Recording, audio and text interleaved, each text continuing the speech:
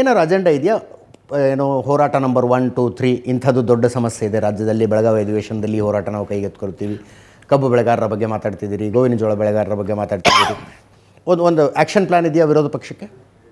ಪೂರ್ತಿ action ಪ್ಲ್ಯಾನನ್ನು ready ಮಾಡಿದ್ದೀರಿ ನಮ್ಮ ಸಮನ್ವಯ ಸಮಿತಿ.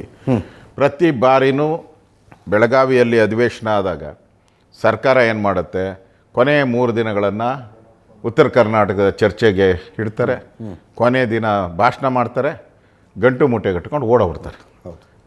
ನಾವು ಕೇಳೋಕ್ಕೂ ಆಗಲ್ಲ, ಸಮಯನೂ ಇರಲ್ಲ. 21 ಕೋಟಿ ಅಂತ ಈ ಸಲ ಅಧಿವೇಶನದ ಖರ್ಚು, ಅದೇನಾದ್ರು ಔಟ್ಕಮ್ ಬರಲಿ ಅಂತ ಕಾಯ್ತು. ಅದಕ್ಕೆ ನಾವೇನು ಮಾಡ್ತಾ ಇದ್ದೀರಿ, ನಾನೇ ಈ ಬಾರಿ ಉತ್ತರ ಕರ್ನಾಟಕದ ಚರ್ಚೆ, ಉತ್ತರ ಕರ್ನಾಟಕ ಆಗಿರೋ ಅನ್ಯಾಯ ಮತ್ತು ಉತ್ತರ ಕರ್ನಾಟಕ ಸಪ್ರೇಟ್ ಆಗಬೇಕು ಅನ್ನೋ ಕೂಗು ಏನು ಬರ್ತಾ ಇದೆ, ಇದ್ರ ಬಗ್ಗೆ ಮೊದಲೇ ಅಧಿವೇಶನದ ಮೊದಲ ದಿನವೇ ಚರ್ಚೆ ಆಗಬೇಕು.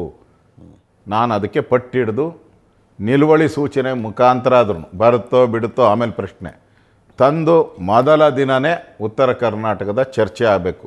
ಅನ್ಯಾಯ ಏನಾಗಿದೆ, ಅಕ್ರಮ ಏನಾಗಿದೆ, ಇವೆಲ್ಲವನ್ನು ನಾವು ಹೇಳ್ತೀರಿ ಸರ್ಕಾರಕ್ಕೆ.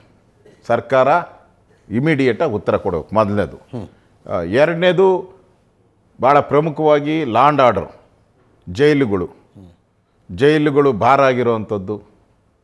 ಪೊಲೀಸರೇ ಕಮಿಷನರ್ ಆಫೀಸ್ ಹತ್ರ, ಕಮಿಷನರ್ ಅಂದರೆ ಸೇಫ್ಟಿ, ಪೊಲೀಸ್ ಕಮಿಷನರ್ ಅಂದರೆ ನಮಗೆ ಸೇಫ್ಟಿಯೆಸ್ಟ್ ಪ್ಲೇಸ್ ಅಂದರೆ ಅಲ್ಲಿ ಹೋಗಿ ನಾವು ನಿಂತ್ಕೊಂಡ್ಬಿಡ್ಬೋದು.